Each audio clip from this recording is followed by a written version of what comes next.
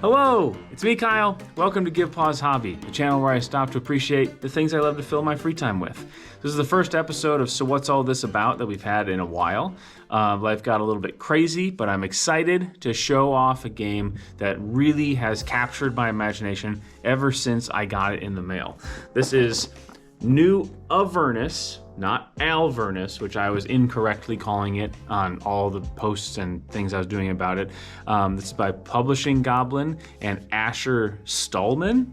I don't entirely know if I'm saying that correct, but it's a really fantastic game. The theme is really cool. The components are awesome. It looks amazing, just like this art. I mean, the ominous eye of the watchful god. The subtitle is Building a City for the End of the World, which is pretty ominous. And as you will see, that is not without reason. Like with other So What's All This About episodes in the past, we have the stuff the cool stuff from the game. We have the cool ideas, and we're going to put them right together in this episode. And I'm just going to cut right to the chase and go over to the table and show off some of that stuff that we just talked about. So let's go. All right, so this is the box after a little bit of surgery.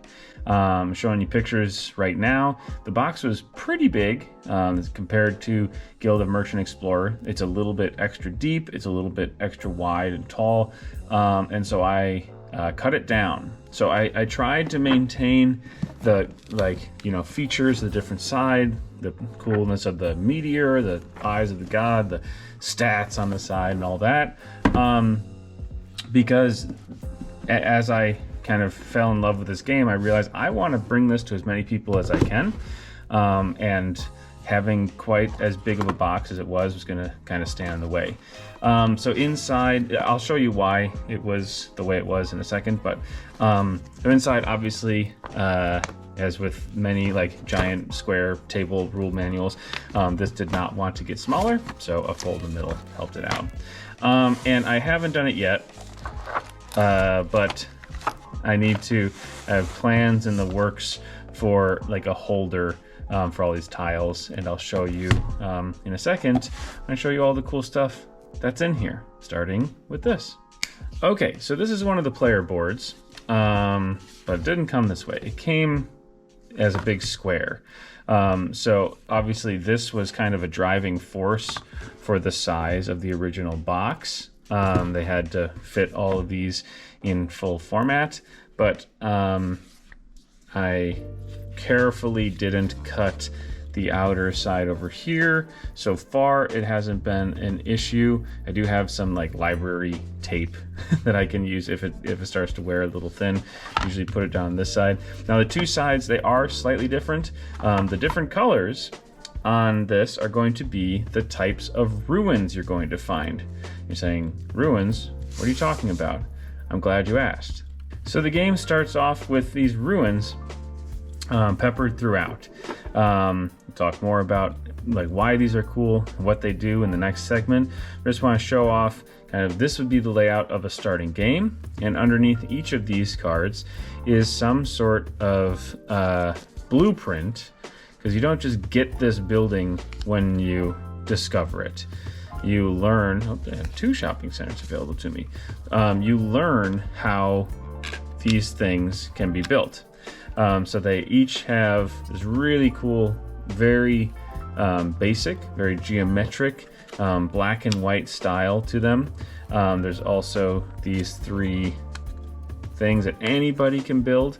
So the tiles are nice and color organized. One thing that I didn't realize until way later in the game is that the name of the thing matches the colors of the 3 different types, the 1st, 2nd, and 3rd level ruins, which is important because you want to make sure they get back in the right pile.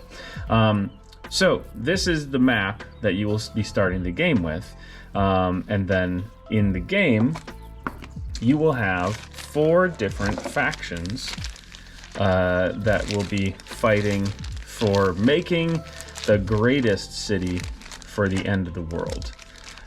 And inside each of these factions, I'll just show you off one of them, is going to be a couple things. First of all, your different pawns.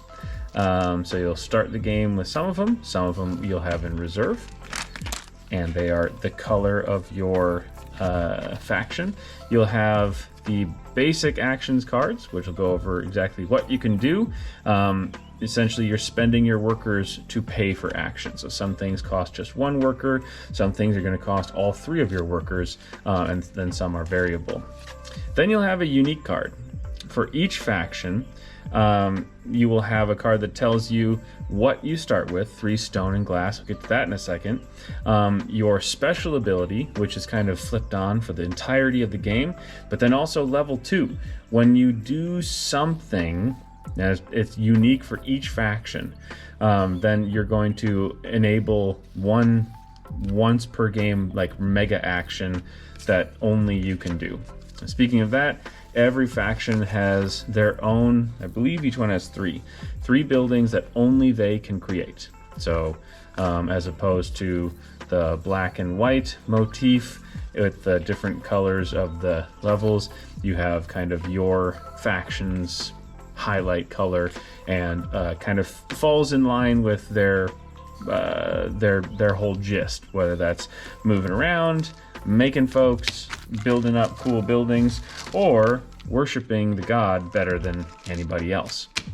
So speaking of the glass and stone, you have a couple of those bowls, and you have these 2 giant bags of glass beads. Now, if I have to be critical about the game, which for this one brief moment I will, and the rest of the time I will just gush love and affection on it, it's that these could probably be smaller, and it pains me to say it, but they could probably even be made out of plastic. These 2 hefty bags, you kind of need as many of these as you get if you're going to play a 4-player game. So it's not like they could just use less of them, but these are heavy when you add them up over time. They also take up a lot of space, and there are sometimes when there are actions that'll put a bunch of them on a tile. So if they're like smaller, you would be able to fit more, wouldn't weigh as much, and they just wouldn't be as heavy. So anyways, you have glass and stone, which are the 2 resources of the game. And you're each going to start with some of them. For one action, you can just pick one up.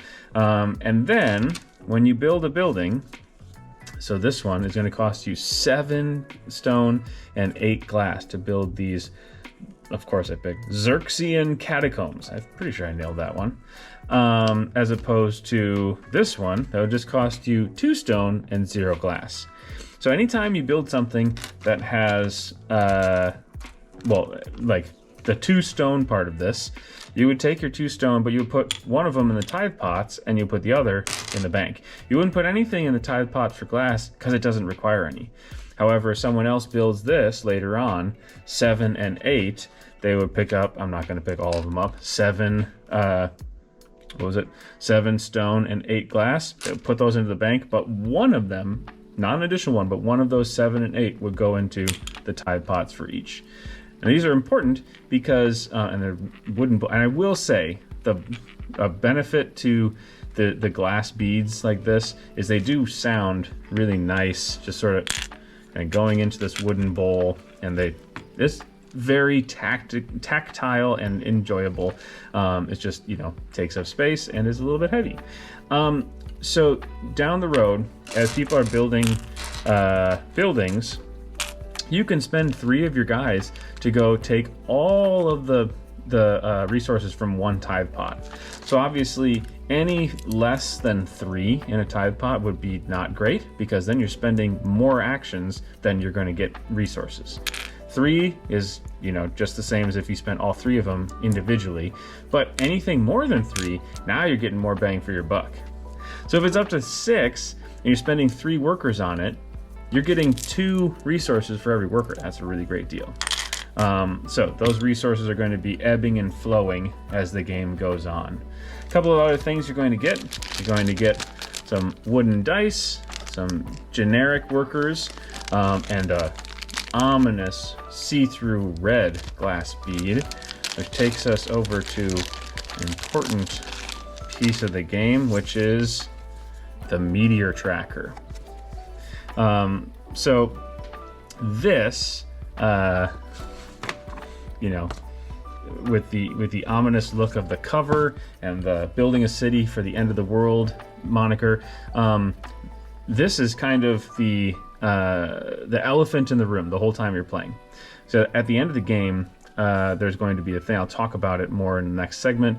But as this is going up, you're going to find out the strength of the meteor that's going to be raining down on the city. So the nice see-through red bead lets you still see exactly the strength of that meteor cataclysm that you're all going to have to try to survive. Speaking of which, you have this deck of cards, starting player, and then there are two different types. There's pink, there's red, and then on one of the reds is the meteor. So when you're putting this together, 3, 4, 5, 6, you're taking 6 pink ones and 2 red ones that you are mixing with the meteor, but you don't know where it is. So the classic, it's going to be, or it can be up to 9 turns, but you don't know what order. When you get down to the red cards, the meteor might be first, might be second, or it might have been third. So the game length is variable. And we're going through these at the end of each turn. You're going to turn them over, and the pink ones are all good. Some of them are going to be better for certain players than others, but they're going to tell you what it is, what to do, and then up the meteor strength. As you get down to the red ones, these are going to be not so good. Well, actually, this is one that is the good one. Last minute research is going to allow you to see things that you wouldn't otherwise see because you're, scrambling. All hands on deck. That's also a good one. 2 additional temporary workers. So maybe I'm overselling the badness of the red one. So last minute research, panic, dark hour. Okay, so there's 3 good ones and 3 bad ones in the red deck. I didn't actually know that breakdown until now. And then obviously the meteor, which means game is over. You go to the end phase. So nice. As you can see, everything is really kind of stark and gripping. Like the art style I really, really like. And the use of color, the prominence of black and white, and then using color as accents. It just makes it really cool looking when you have things that are fully color, like the player factions. And the just barely not white for the seers, who are like the religious zealots, which is tied into their abilities because they use glass a lot. But then last but not least, you have this, the Oracle of Glass and Stone. So I don't know exactly the availability of this game, at least not currently. Hopefully it gets a lot of distribution, but even with me getting this through GameFound, this was something you could get as an additional purchase, or if you backed it, I think like within so many hours everyone got this along with it. What this is a deck of cards that is all kind of based off of either actual, like the yellow ones are all actions in the game, to build, to gather, to explore. Then some of them are like the path of the different factions, like what they want to do. Some of them, like decay, pestilence, frost, are all plagues, because the backstory of this game, Quakes, is that this god is trying to make the most the best city for like these creatures to inhabit, and they're putting to use these stone creations and their endless job, and then meteor, obviously. Actually, you know what? I've shown you. Let's get me in front of the camera and I'll tell you about this, because this is kind of where I want to step into the next section, because it's both theme and mechanics, and that's part of why I love this game so much. Let's go. All right, so let's talk about the cool ideas that are in this game. And like I alluded to over at the table, one of the things I really appreciate about this game is how interwoven the theme and mechanics are. So the ideas aren't just like the gears and knobs that make the game actually run. The ideas are this world in general. The fact that there is a reason why you are starting the game atop all these ruins, only to discover blueprints, to build certain buildings again, and complete this cycle, ending with another meteor cataclysm. And you and the other players are just trying to do your best to build the best city. This is going on elsewhere in the world, and the meteor shower is going to be raining down on all of you. Or you can think of it, I guess, in like different like iterations, different like multiverse, or like, you know, times that it's happened. So there's a reason why you're in this just like Groundhog's Day of discovery, growth, and destruction.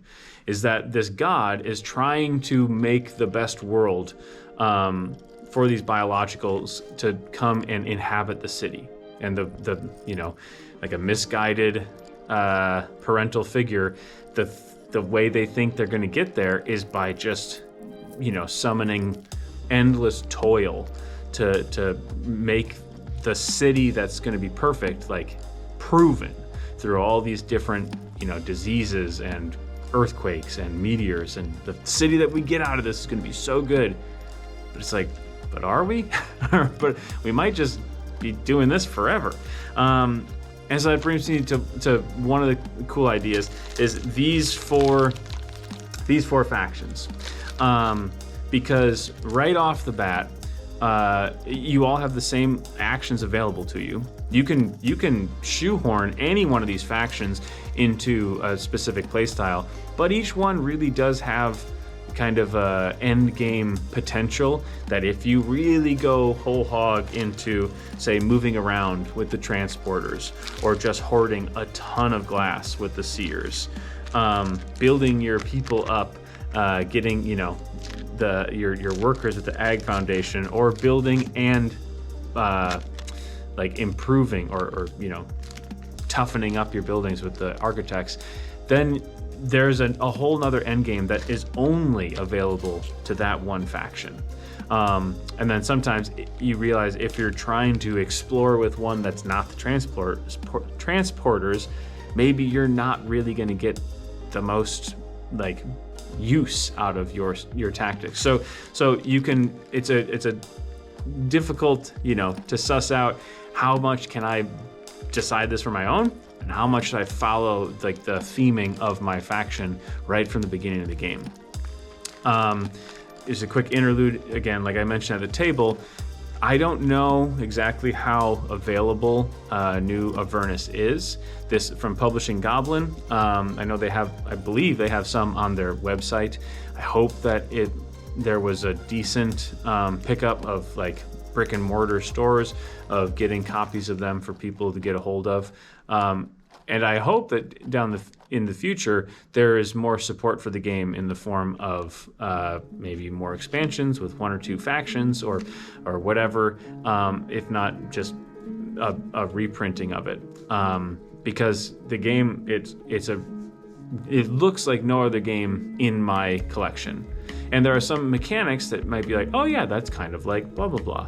But there are no other games in my collection that end with Cataclysm either, which brings me to my next like really cool idea, which is this game, everything you're doing, it just like flies in the face of all these other engine builders, that the whole game you're saying, oh, I'm going to build that building because this one gets better if I have these ones, and I'm going to build 3 of these over here, and I'm going to use my faction ability, and it's going to be great. And you're thinking of like short, mid, and long-term goals. And then at the end of the game, every strength point that meteor has is one time you're going to roll those 2 dice. And that's why the cities are built on these stark grids, because for those 2 dice, it's like Battleship, except the game is playing Battleship against all the players. You're gonna roll the dice and you say, ooh, it's 3, 1. So whatever building is at the top row of that 3rd column, boom, meteor falls on it.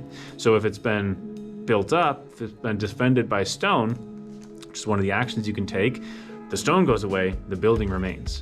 If you never did anything, if you either explored the space and never built, or you never even explored that space, then who cares? However, if there's a building there that doesn't have a stone defending it, wiped off the map. Doesn't matter how many points it would have gotten you, it's gone.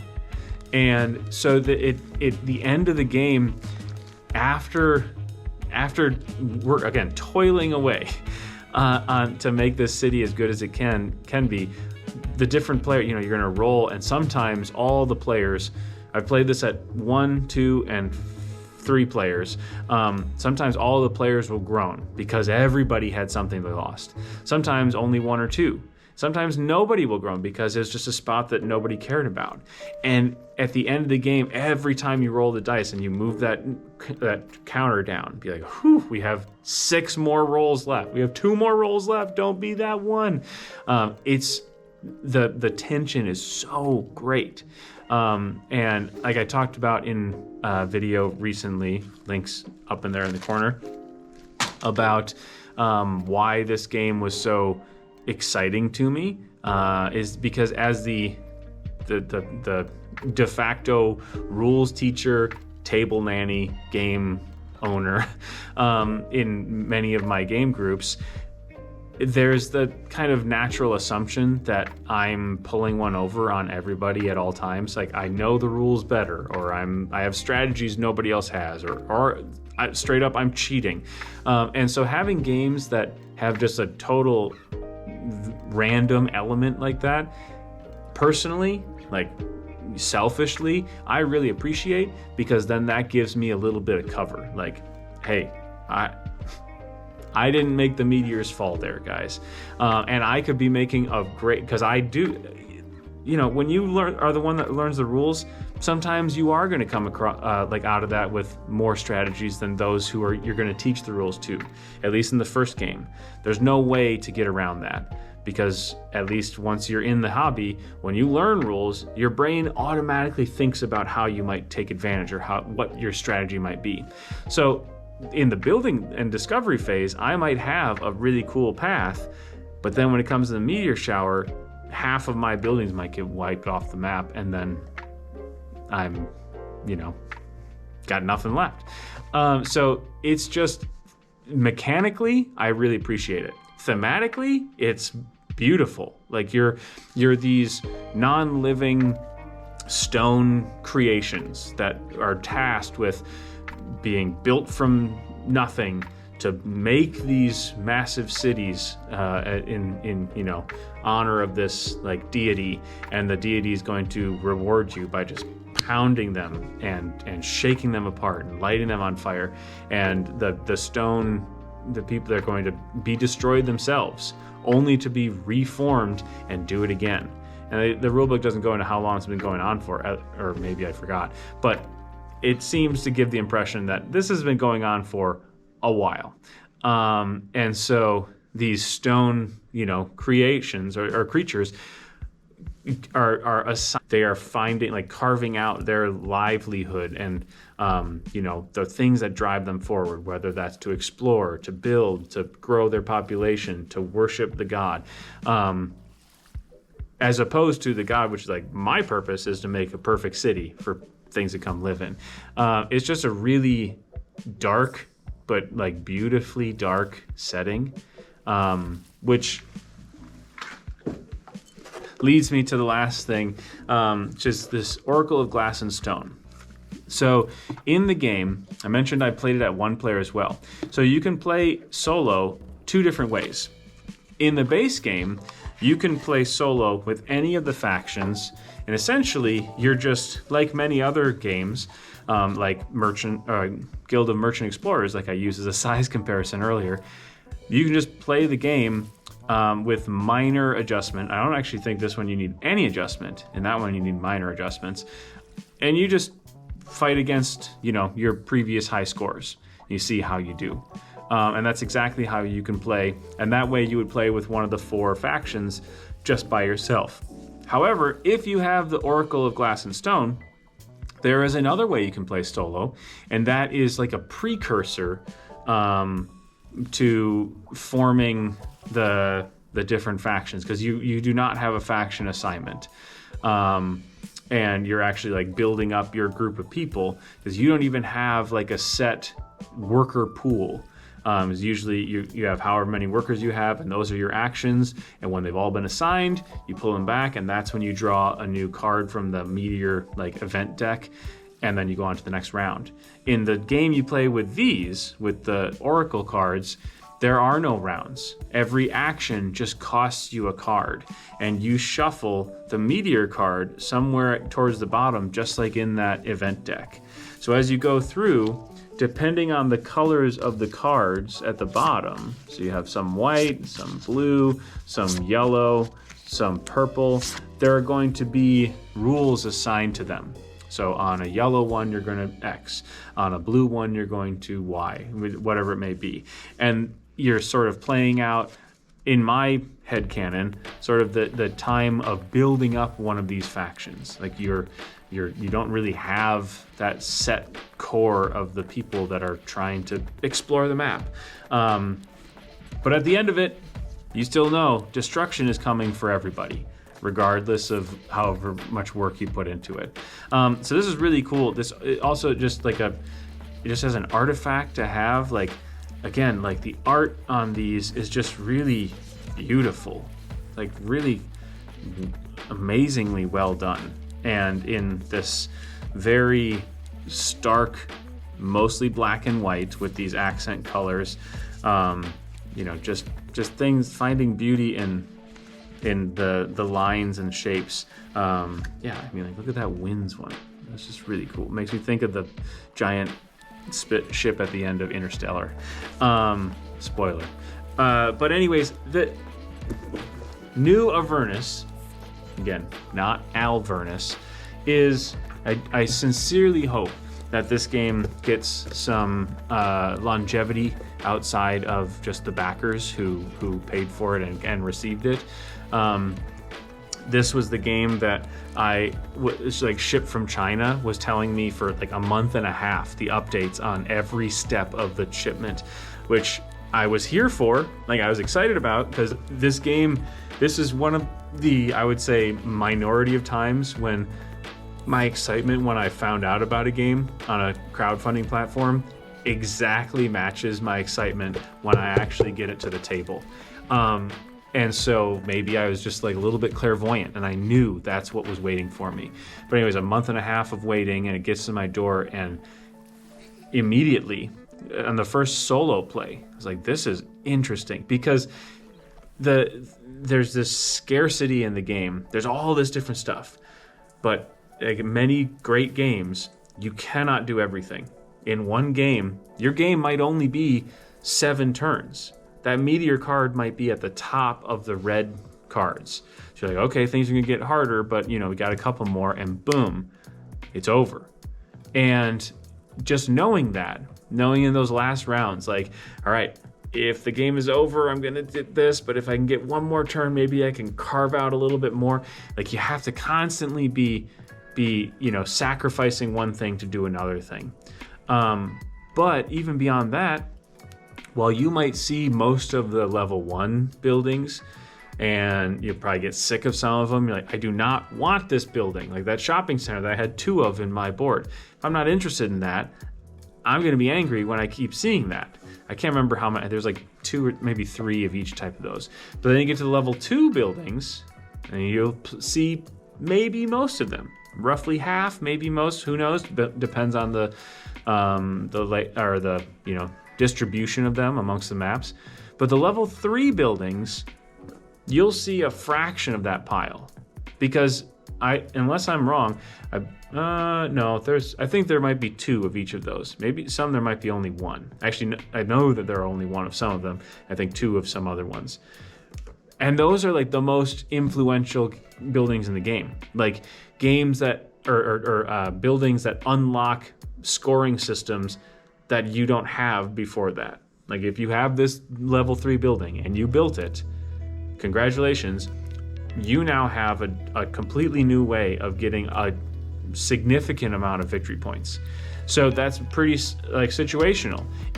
If I was building in a manner that would support that level 3 building, then yes, I absolutely should spend the money and get it on the table and defend it and hope it survives. But if I was going for a completely different strategy, I'm going to flip that level 3 building over and be like, well, this is garbage. I'm just going to, send this back and never use it. And that, I could see that as a downside. Like, if some other player happens to get a level 3 building that's exactly in their wheelhouse and I got ones that aren't helpful, I could, cynically look at that and be like, what the heck? But at the same time, I can sit there and kind of smirk and be like, that's a really pretty level 3 building you have there. Be a shame if something happened to it. And just kind of wish a little bit of schadenfreude on the other players for having something that I don't. And I don't know. I haven't played it in a couple of weeks now, and talking about it makes me want to play it again. So I guess I'm going to leave it there. I'm going to say at the end that I plan on showing the solo mode, and I actually will do both. I haven't done the solo mode with the Oracle deck, so I'll experience that on my own a little bit, and then I'll get on the camera. But I have done all 4 factions, solo and multiplayer, so I can, maybe put that up for a vote, see which one people would like to see. After I do the precursor solo mode, the prequel, that was the word I was looking for. But New Avernus by Publishing Goblin and Asher Stolman is just a treasure in my collection. I have a lot of games in my collection, and this one absolutely goes toe-to-toe with some I've had for years and says, I deserve to be here. And I think, well, hopefully I've shown you the things, the cool things that are in there that make that the case, but also the cool ideas that make it not just a box of toys, but a board game. So anyways, that's all we got for it. The format is, for any of the SWATA stands out there, you're probably like, this is a very different format from before. That's mainly because I just kind of forgot how it went, because it's been months since I've done one of these. But anyway, the gist of them, of the So What's All This About series, is just for me to gush about games that I love. Spoiler, every game that I'm going to do a SWATA on is a game I really, really like. I'm never going to end and be like, and this is why this game is actually bad. So with that, thanks for taking a pause with Give Pause. And until next time, happy gaming, and we'll see you later.